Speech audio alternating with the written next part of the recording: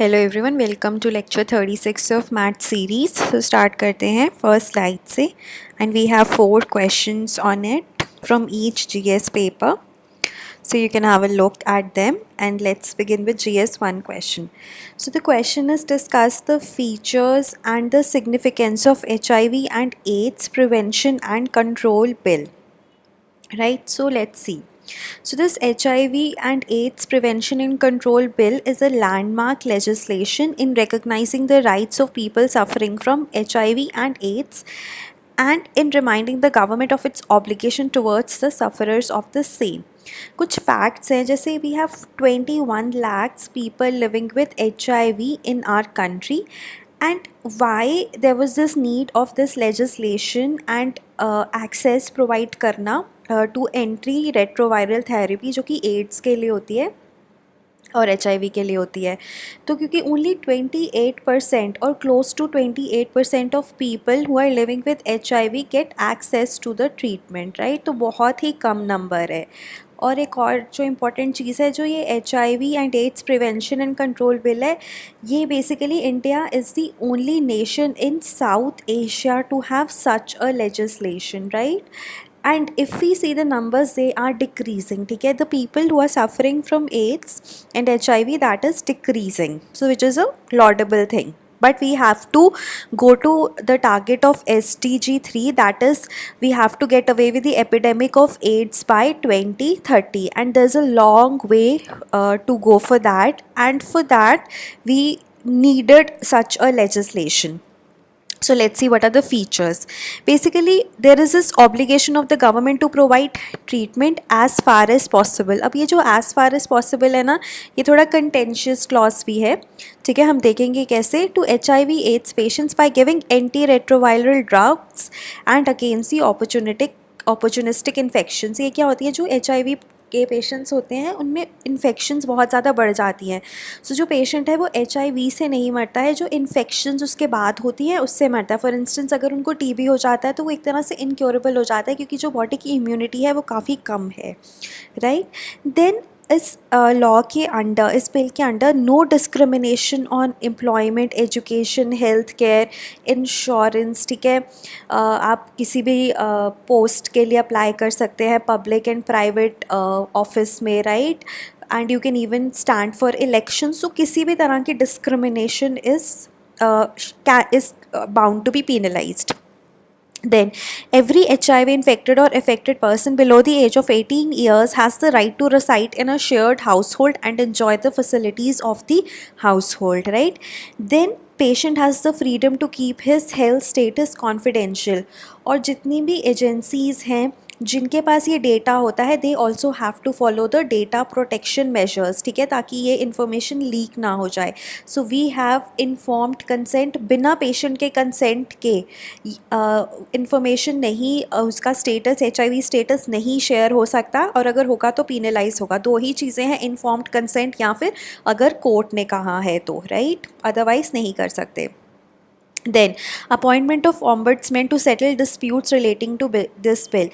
तो जो भी इस बिल में फीचर्स हैं, ठीक है, अगर उसमें कोई डिस्प्यूट आता है या कोई पेशेंट का कोई ग्रीवांस है, तो हर एक स्टेट गवर्नमेंट को एक ombudsman अपॉइंट करना पड़ेगा, जो कि 6 महीने में रिपोर्ट भी देगा कि जो डिस्प्यूट्स आए तो उसको कैसे सेटल किया गया.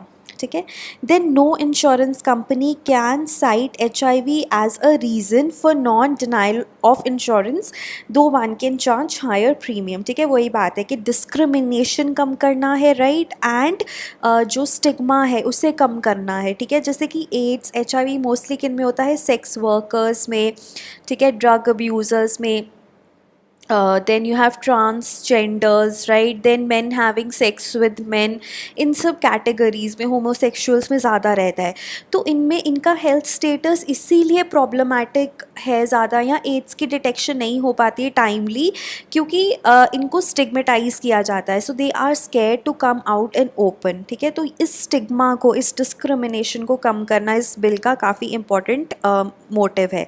तो सिग्निफिकेंस क्या है, it recognises the problems of HIV patients, non-discrimination and privacy clause is there, provides them access of services and enables them to lead normal lives, ठीक है, puts onus of the on the government to provide treatment, right. But there are certain drawbacks कि अब जैसे एक तो ये insurance company वाला है कि it is you allowed to use actual calculations to limit the access to products to people living with HIV. ये बहुत ज़्यादा इसका एक तरह से फीचर है जिस पे काफ़ी ज़्यादा प्रॉब्लम बताई जा रही है. देन अवेयरनेस की बात है. It fails to address the lack of awareness among masses regarding HIV-AIDS. बहुत ज़्यादा अवेयरनेस बढ़ गई है बट इसमें भी उसकी एज सच कोई बात नहीं की गई है. देन फंडिंग की बात नहीं की गई है कि कैसे हम फंडिंग को ध्यान में रखेंगे, राइट. और उसके बाद right to access to anti retroviral viral drugs and treatment for opportunistic infections में प्रॉमिस नहीं है. ये बताया गया है एज फार एज पॉसिबल. तो वो बहुत ही कंटेंशियस और एम्बिगुअस क्लॉज है. कौन डिसाइड करेगा, ठीक है. So you can not actually आप स्टेट गवर्नमेंट या जो गवर्नमेंट के हॉस्पिटल्स हैं उनके खिलाफ उनको कोर्ट में नहीं लेके जा सकते हो, राइट, इसके बेसिस पे. Then it doesn't guarantee work opportunities for many, especially for families where there is an ailing working member, no provision to help the family. Then political will का भी lack है, तो वो भी एक तरह से drawback है, ठीक है. Then regional variations है. medical facilities जो available है metros में we have facilities, ठीक है, remote areas में नहीं available है. And it does not guarantee the HIV treatment as the legal right of the patient, ठीक है. legal right की बात नहीं की गई है. So lots of problems.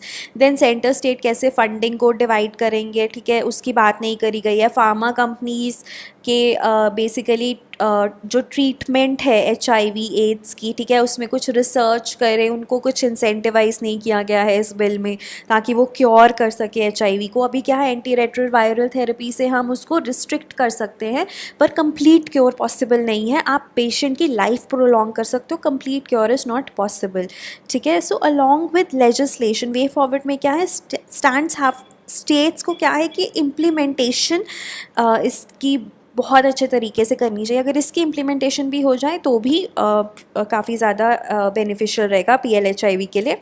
Then you have to measures like prescribing a reasonable time limit for complaints can be helpful also, ठीक है. Then inclusive policies like to provide opportunities for education, skill building and employment can help in attaining SDG3. So we need inclusive policy. So it is not about curing them but also making them an inclusive part of the society, ठीक है. So it may not answer to every need but yes, it would not be but it has a huge potential to make further gains, ठीक है. Next, GS2. So this question is a trust-based approach towards local government adopted and recommended by the 14th Finance Commission is essential for local bodies to function as institutions for local self-government, right? So comment. So अब the question is जो 14th FC था, finance commission था, FFC, उन्होंने बोला था that we need a trust based approach towards the local government, right. So ताकि वो proper अपना फंक्शन कर सकें. So again we'll introduce the question, right, कि जो 73rd और 74th अमेंडमेंट थी, ठीक है, उसके through local self governance were created. So there was this devolution of functions, ठीक है, which is mentioned in the 11th and the 14th schedule, but it was left to state as a voluntary provision. Thereafter, the devolution of funds, functions and functionaries has faced continuous political hurdles because of the trust deficit among states in the administrative capacities of the local government. So, there is also a devolution index which is prepared by TIS. It shows that 21 out of 24 states have devolved less than 50% and this actually reflects the trust deficit, ठीक है.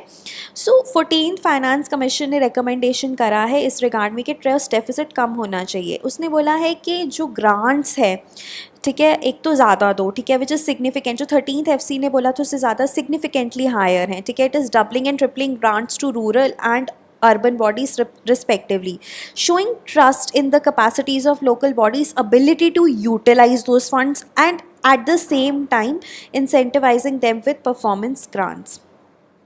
Elsewhere also, like in Kerala and Tamil Nadu, Greater devolution of funds, functions and functionaries has shown better results in the form of better planning at the grassroots level. ठीक है, this is an example you can quote, because you have better planning at the grassroots level, then better utilization of funds, better oversight mechanisms and overall better performance of the local governance. So this devolution is very important.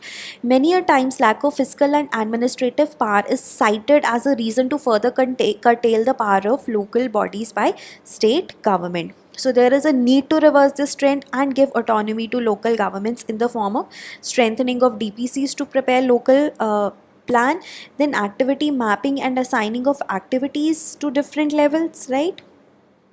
Ensuring participation of the local self-governments in the management of schools, hospitals, as was done in NRHM. Then provision of social audit through Gram Sabha. It should be it should become a like daily part. बहुत ही ज़्यादा basic सी चीज़ें हैं और उनको अगर हम local self government को ये देंगे तो ऑब्वियसली उनकी परफॉर्मेंस इंप्रूव होगी, और स्टेट गवर्नमेंट को ऑब्वियसली देना चाहिए. अगर वो नहीं दे रहे सो ये ट्रस्ट डेफिसिट को दर्शाता है. So this will actually give them necessary exposure and experience. Along with these special efforts in the form of training, educational and awareness tools for local level representatives should also be provided. Okay. Next we have this question on the droughts. Describe the different type of droughts and measures needed for mitigating the socio-economic impact of the drought. So what is a drought? Drought is a prolonged dry period in a natural climate cycle. It is a slow onset phenomenon. ठीक है, slow onset है caused by rainfall deficit combined with other predisposing factors. So the various types of the droughts are, firstly हमारे पास है meteorological drought जो कि होता है rainfall कम आ जाए, when there is reduction in the rainfall for a specific period like for days, months, seasons or a year below a specific amount. Then next is hydrological drought. Hydrological drought है जब 2-3 बार meteorological drought हो जाता है, so it leads to hydrological drought. इसका मतलब क्या है कि वाटर रिडक्शन ऑफ वाटर हो गई है, जो कि 2 तरह का होता है. You can have surface water hydrological drought और ground water hydrological drought. The idea is that the water content whether surface or groundwater it decreases, then it is known as hydrological drought. Agricultural drought क्या है? जब meteorological या hydrological drought से crop yield पे फ़र्क पड़े, ठीक है, वो कम हो जाए, क्रॉप आउटपुट कम हो जाए. And lastly we have ecological drought, जिससे कि जो ड्रॉट है उससे जो प्रोडक्टिविटी है नेचुरल इकोसिस्टम की वो कम हो जाए. ठीक है, so as a consequence of distress induced environmental damage. ठीक है, सो ये है हमारे पास. सो इम्पैक्ट्स क्या है? इकोनॉमिक इम्पैक्ट है ऑब्वियसली, क्योंकि एग्रीकल्चर पे इम्पैक्ट होता है. इनकम जो जनरेटेड होती है शॉर्ट टर्म में वो कम हो जाती है, अनएम्प्लॉयमेंट को हो सकती है. ठीक है, and even it can lead to inflation. So lots and lots of economic impacts are there. Then environmental impact में क्या है? Insect infestation, plant diseases, erosion, habitat and landscape degradation in the short term, and plant and animal species can suffer tremendously, and over a time even desertification can happen if there is extreme lack of moisture in the long term. Then social impact क्या है? There can be disputes between the users of the available water, inequalities in water distribution between wealthy and poor, disparities can be there in areas of disaster relief, and a decline in the health. So और social impact का भी एक angle है. So what are the measures? ठीक है, measures है कि अगर इमीडिएटली है तो आप फूड एड दोगे जो इफेक्टेड हाउस होल्ड्स है. सप्लीमेंट्री फीडिंग प्रोग्राम्स किन के लिए? चिल्ड्रन के लिए, under 5 years old, pregnant, lactating mothers, for elderly, disabled and even for the animals. ठीक है, इवन फॉर द एनिमल्स, ताकि वो ना मर जाएं. Then awareness is necessary so that optimum utilisation of water is done and it is not wasted. तो जितना भी पानी है उसकी ऑप्टिमम यूटिलाइजेशन हो. Technology enhanced drought mitigation, new form practices can be utilized जो कि कम water use करते हैं. ठीक है, but in the long term also कुछ मेजर्स हैं जो गवर्नमेंट ले सकती है. वो क्या है? Dam construction can be there, water harvesting. ठीक है, उसके लिए आप वाटर हार्वेस्टिंग मेजर्स कर सकते हैं. Small irrigation schemes can be there, food storage programs, etc. can be done. So we can actually take care of both long term and the short term measures, right? Next is GS4. So question is, true character is revealed in adversity. ठीक है, कि इंसान का सही जो असली character है वो एडवर्सिटी में रिवील होता है. सो discuss the statement in light of the various challenges that public service throws upon the public servants. How would you respond to them? So you can write that life is about living, loving and learning. So individual needs to make the changes and choices that are truthful, honest and right for life. Even in those times of adversity where life is not going as have been planned, then also you need to be truthful, honest and right. And this becomes all the more important when you are a public servant, क्योंकि सिर्फ आप अपनी बात नहीं कर रहे हो, आप पब्लिक गुड की भी बात कर रहे हो.